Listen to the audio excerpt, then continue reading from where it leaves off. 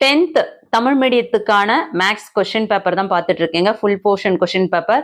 இந்த question paper பார்த்தீங்கன்னா உங்களுக்கு ஆஃப் இயர்லி எக்ஸாமுக்கும் இதுல இருந்து கேட்பாங்க, ரிவிஷன் எக்ஸாமுக்கும் இதுல இருந்து கேட்பாங்க, பப்ளிக் எக்ஸாமுக்கும் இதுல இருந்து கேட்பாங்க. ஸோ இந்த கொஸ்டின் பேப்பர்ல இருக்க சம்ஸ் எல்லாமே வந்து very very very important.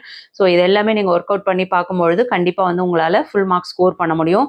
1 mark questions பார்த்தீங்கன்னா 14 1 மார்க்ஸ் கேட்குறாங்க 100 மார்க்ஸ்ல.